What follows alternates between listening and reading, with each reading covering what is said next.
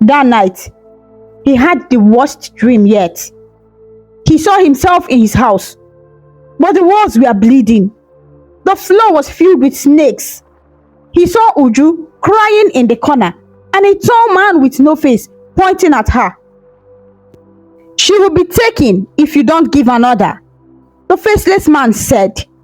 Chuka woke up screaming. His bed was soaked in sweat. His clock showed 3:33 a.m. The entire house was shaking. His chandelier dropped suddenly and crashed to the floor. He knew then that the brotherhood wasn't just playing. This was spiritual, deadly, and real. The next morning, he locked himself in his room, refusing to eat or take calls. He opened his laptop and typed, "How to break a secret cult oath." Nothing useful came up. He opened YouTube and searched for spiritual deliverance from occultism. But as soon as he clicked on a video, his screen turned black. Then a single sentence appeared in red. "There is no way out."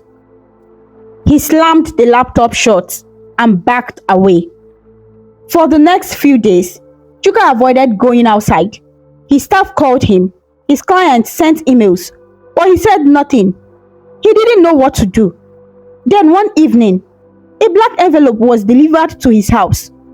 Inside was a photo of a young man, someone Chuka barely knew. His name was Stanley, a former classmate back in Uniport who had recently reached out to ask Chuka for help finding a job. They had met once for lunch 2 weeks ago. Stanley had told him he was struggling, his mother was sick, and things were hard. Chuka had promised to call him back, but he never did. Now, his picture was in this envelope. Under the photo, it read, "Your first gift. Complete the circle in 3 days." Chuka dropped the paper. No! I can't do this. But the attacks increased. He couldn't sleep. His eyes started bleeding. He heard voices during the day. His door slammed shut on their own. Blood began to drip from the ceiling at 2 a.m. every night. He even passed out during a business meeting and woke up in a hospital with no explanation. On the second night, Tunde visited him. "You have 24 hours, he said. "Stanley is the offering. No one will trace it. Do what needs to be done." "But he is innocent," Chuka shouted. "Weren't you innocent once too?" Tunde asked. "But life didn't care." Chuka cried that night. He sat on his balcony with his head in his hands, thinking of how far he had come, thinking of the cost, thinking of how this had become his life. The next day, he called Stanley. "Hey bro," Stanley's voice was cheerful. "Wow, I didn't think you would call. Thank you again for the lunch the other day. I've been praying you would help me, honestly. My mom is still in the hospital. Come to my house." Chuka interrupted. "We will talk." "Wow, thank you sir. I'll be there." An hour later, Stanley arrived, wearing a simple shirt and slippers, smiling like someone who still had hope. Chuka looked at him from the window. His heart pounded. They sat in the living room. Stanley thanked him over and over, talked about his dreams, his plans, his fate. Then Chuka excused himself. He went into his room, locked the door, fell to the floor and wept. He picked up the silver dagger that had been sent with the envelope. His hand trembled. His breath shook. He didn't want to be this person, but he was already this person. He came out 20 minutes later. Stanley was gone. No one knew how. No one found the body. The news reported him as a missing person. A few friends posted about it online. Then the noise faded. 2 days later, Chuka received a bank alert, 75 million. Another gift followed, a plot of land in Banana Island, Lagos, fully paid for. He sat in his empty mansion, surrounded by everything he had ever wanted, but he felt nothing. He couldn't eat, couldn't laugh, couldn't even sleep. The money didn't matter anymore, because every time he closed his eyes, he saw Stanley's face. Chuka Obi sat alone in his large sitting room, staring at nothing. The lights were off, the air condition was humming, but he could still feel heat all over his body. Sweat ran his back. His shirt was glued to his skin. His eyes were red, not from alcohol or lack of sleep, but from the burden of what he had done. It had been 10 days since Stanley disappeared. 10 days since Chuka made the sacrifice the Brotherhood asked for. 10 days of nightmares that never ended, even when he was awake. He saw Stanley's face everywhere, on his wall, in his mirror, even in his dream.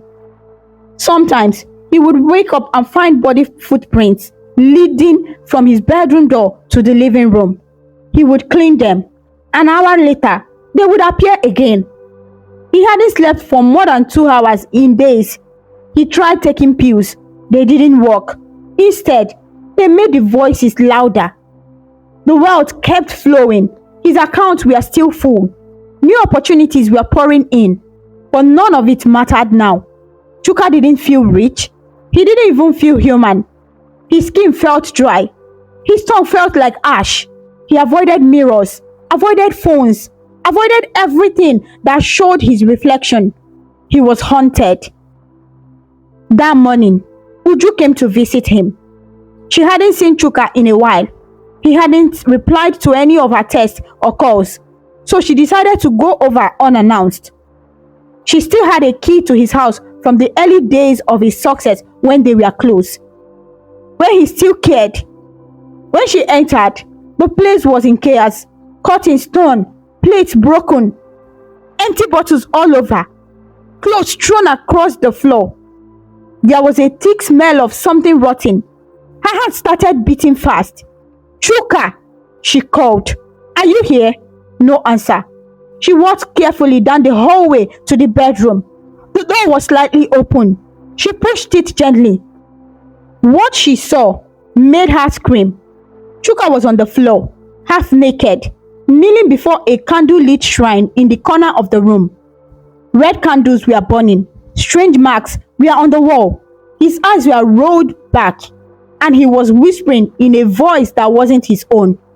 Uju dropped her bags and ran towards him. "Chuka! Chuka! What are you doing?" He turned slowly. His lips moved, but no words came out. Then suddenly, he collapsed to the floor. Uju knelt beside him, crying. "What is happening to you? This is not you." He opened his eyes and stared at her. "Leave," he whispered. "You shouldn't be here." "I'm not going anywhere," she shouted. "What is wrong with you? Why are you doing this to yourself?" "You don't understand," he said, sitting up. His voice was tired, empty. "I've gone too far. I can't come back. Tell me," she begged. "Please, tell me what is going on." Chuka looked at her and opened his mouth to speak. But then, the candles in the room blew out on their own. A strong wind rushed in through the closed window. The shrine behind him began to shake. Chuka stood up and shouted, "Leave now!" Uju, frightened, picked up her handbag, ran out of the room. She left the house in tears. She never came back. That same week, a young female journalist named Adora Modi sat in her office, staring at a photo on her laptop. It was a missing persons case. Stanley Dike, age 29, last seen at Rumogba Junction, unemployed graduate, no family updates. It wasn't the first case like this. In fact, it was the 5th one in 2 months. All of them were young men, all of them connected to powerful people. Adora had been following a trail. There were whispers of a secret group that operated in Port Harcourt and Lagos. A group connected to wealth and sudden success. A group with ties to business moguls, politicians, even celebrities. People called it the Circle, but she had recently discovered its real name, the Brotherhood of the Red Eclipse. Adora wasn't the kind of journalist that stopped at rumors. She liked facts. But this story, this one felt bigger than her. She opened her folder. It had photos, timelines, and names. One photo stood out, Chuka Obi. She circled his name. His rise had been sudden, too sudden. His name had come up in one of Stanley's last phone records. She stared at his Instagram post. His lifestyle didn't match the timeline of his career. She picked up her phone and called her editor. "Sir, I think I found a story." He laughed. "You always say that." "No," she said seriously. This one could shake Nigeria." Back in Chuka's mansion, he sat alone on the floor. He hadn't stepped outside in days. Even the maids had stopped coming. His security guard quit after claiming he heard some crying in the walls every night. Chuka didn't care.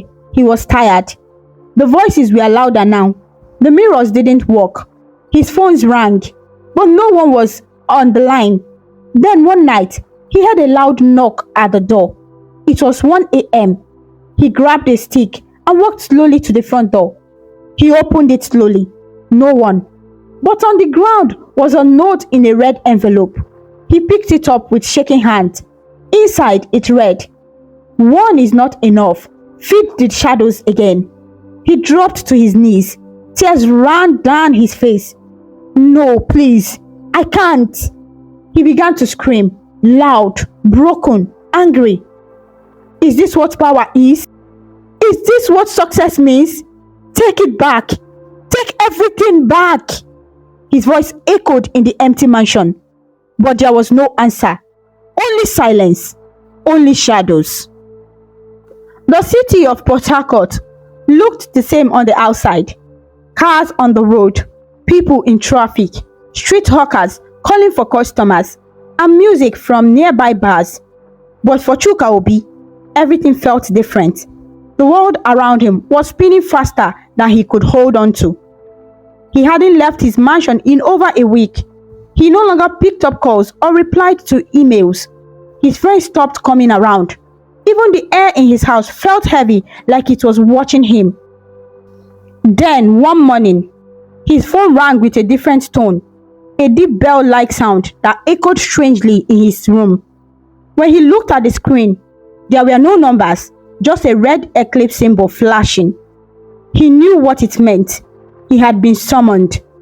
That evening, a black SUV picked him up without saying a word. The driver wore a red glove and dark glasses. They drove for over an hour, leaving the city behind and entering thick forest roads. The journey ended at an ancient-looking compound with large black gates. This was no ordinary house. It looked more like a forgotten palace, dark, quiet, and surrounded by tall statues. Inside, the walls were painted with symbols. Torches lit the way. The air smelled of smoke and something bitter. Chuka was led into a grand chamber where Grand Seer Wakama sat on a wide golden chair. He was old, bowed, and dressed in all black with red beads around his neck. His eyes were sharp and cold, like he could see straight through a person's soul. Behind him stood 4 silent men in red robes, their faces hidden under hoods. Chuka bowed. "Great Seer." The old man spoke, his voice deep and slow. "Chuka Obi," he said, "do you know what happens to a man who tries to carry power without respect?" Chuka didn't answer. The seer continued, "You were chosen, gifted, but instead of growing, you allowed fear to poison you." "I never knew it would be like this," Chuka replied softly. "I thought I could handle it." "No one handles power," the seer said.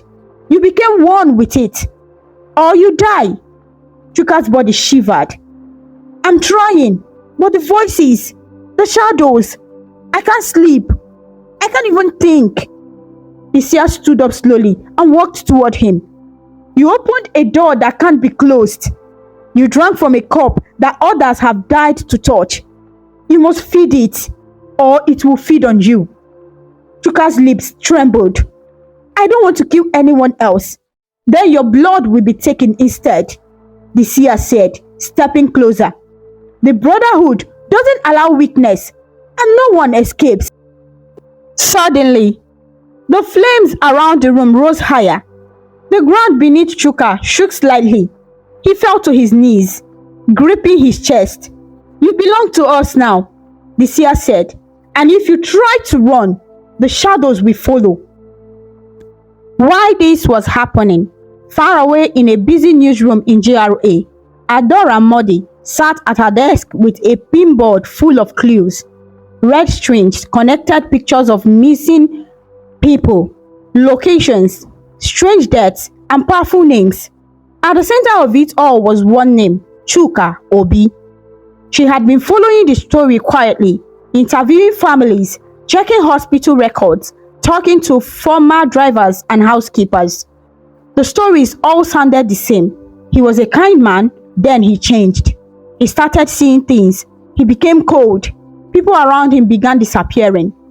Adora didn't believe in superstitions, but there was too much more proof to ignore. 5 missing persons, all connected to men who suddenly became rich. 5 lives unaccounted for. She opened her laptop and started typing her headline, "The Red Eclipse, Inside the Secret Cult of Nigeria's Elite." She had almost everything she needed. All that was left was one voice, someone from the inside, and she knew exactly who that person was. Back in his mansion, Chuka sat by the poolside, fully dressed, staring at the water. He hadn't spoken to anyone since returning from the seer's place. He didn't eat, he didn't move much. Then a phone call came from Tunde. "Guy, are you okay?" Tunde asked. "I heard they summoned you." Chuka nodded slowly. "Yes, they said I must feed the power or it will feed on me." There was silence for a moment. Then Tunde spoke, voice lower now. "I've been thinking," he said. "What if we leave?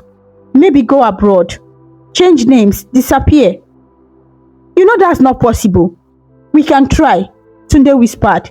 "They can't find everyone." Chuka sighed. "They are not just men, Tunde. They are spirits." "I'm tired," Tunde said. "I can't keep killing. My dreams are haunted. My life feels empty." Then the line went dead. Chuka called back. No answer. He texted. No reply. The next morning, Tunde's lifeless body was found hanging from the ceiling fan in his apartment. No suicide note, no explanation. But Chuka knew the truth. He had tried to escape, and the Brotherhood made sure he paid. That afternoon, Adora received an anonymous message. A phone number. She dialed it.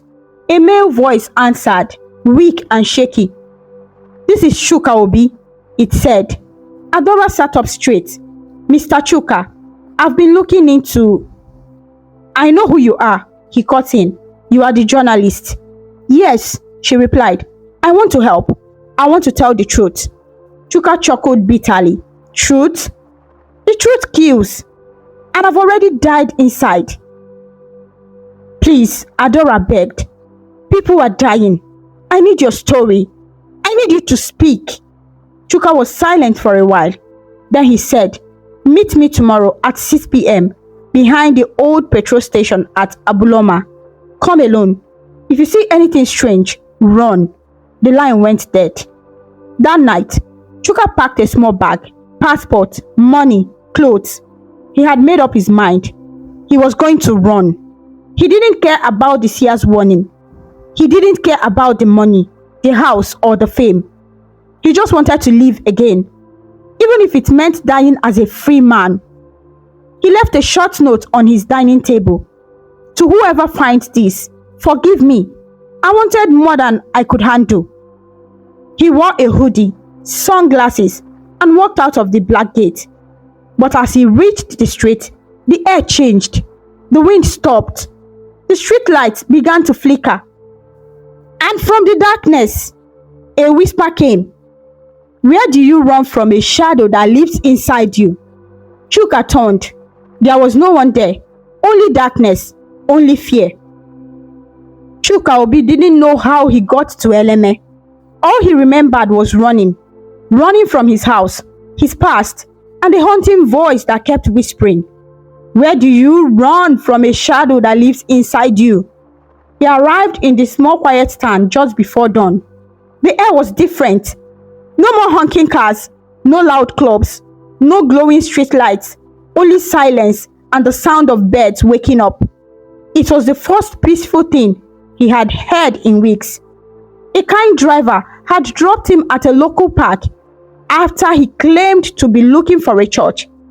The man pointed him toward a large compound just outside the market square. They said there is a powerful prophet there, the driver said, one who sees beyond the eyes. Chuka followed the directions and reached a modest white building with a wooden sign that read, Mountain of Divine Truth and Mercy. He knocked on the gate. A boy opened and stared at him. Are you looking for Papa? Yes, Chuka said, voice shaking. Please, it's urgent. The boy nodded and led him inside. Inside the building, a middle-aged man in a white robe sat on a mat with his eyes closed. He wasn't like the loud pastors on TV. He looked calm, almost too calm. Without even opening his eyes, the man said, You've come from the shadows. Chuka fell to his knees instantly. Yes, please.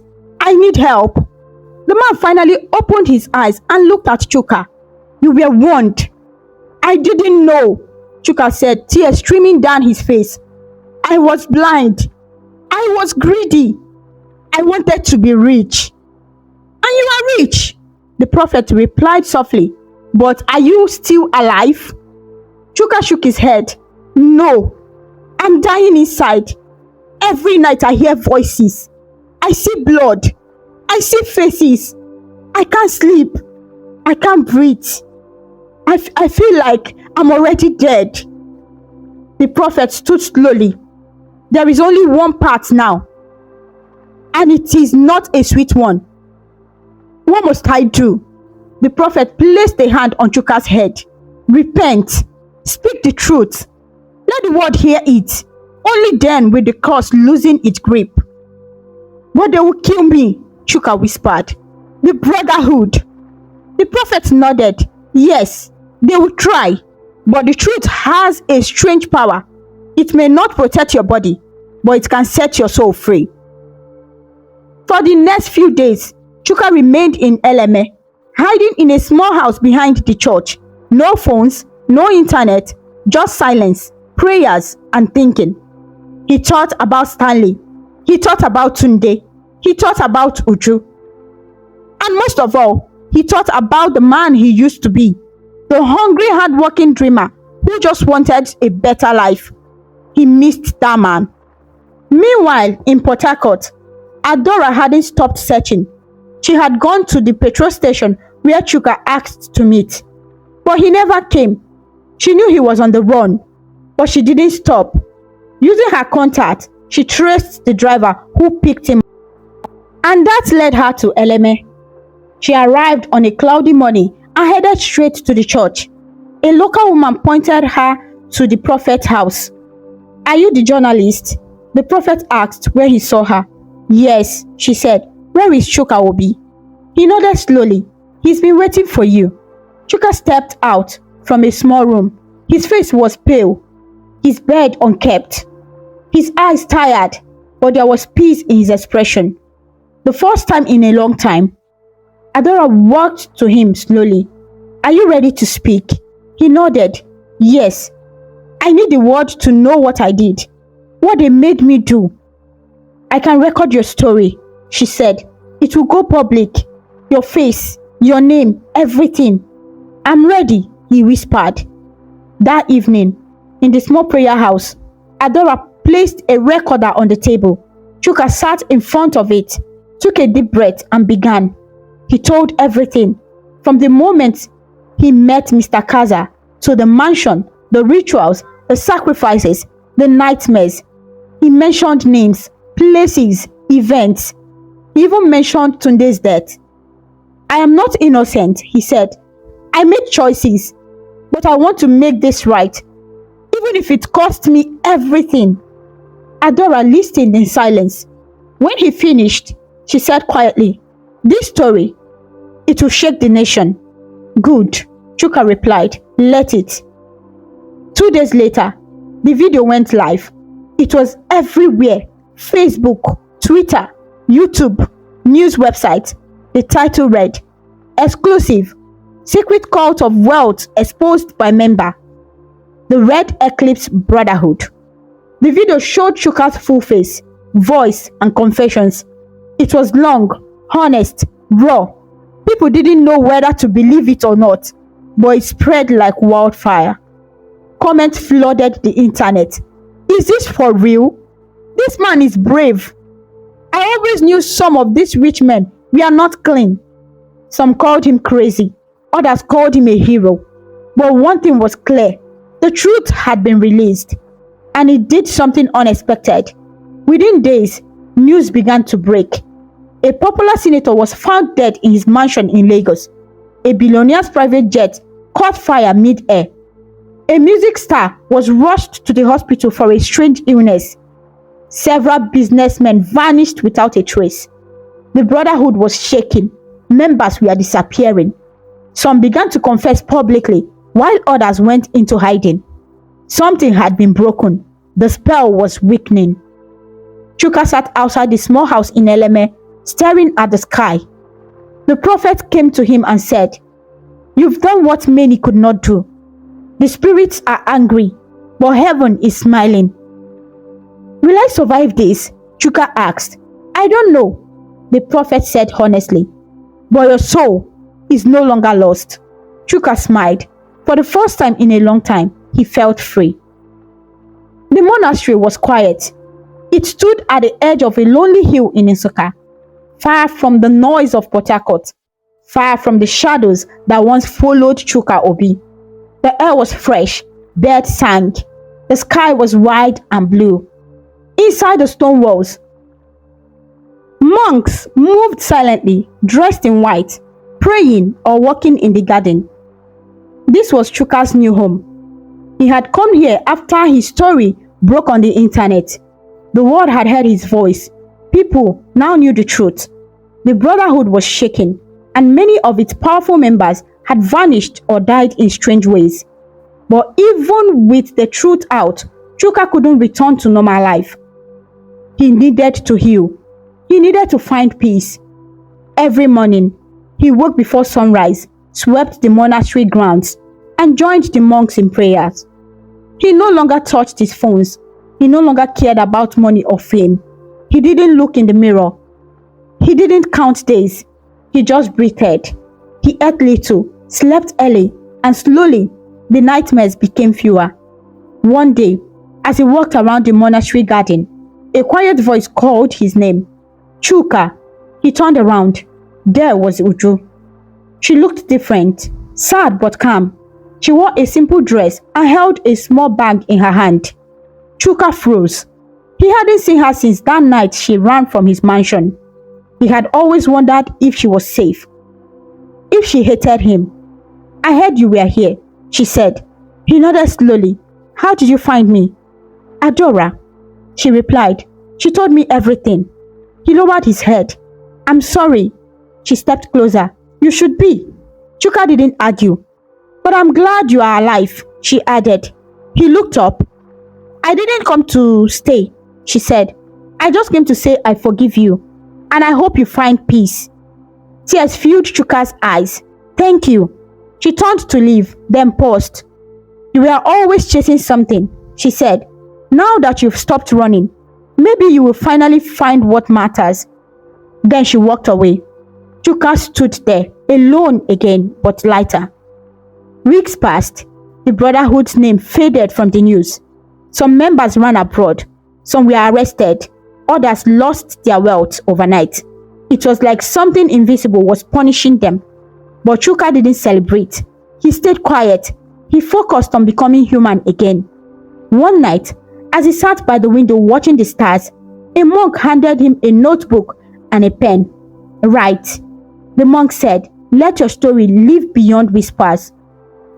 Chuka opened the notebook and wrote his first words.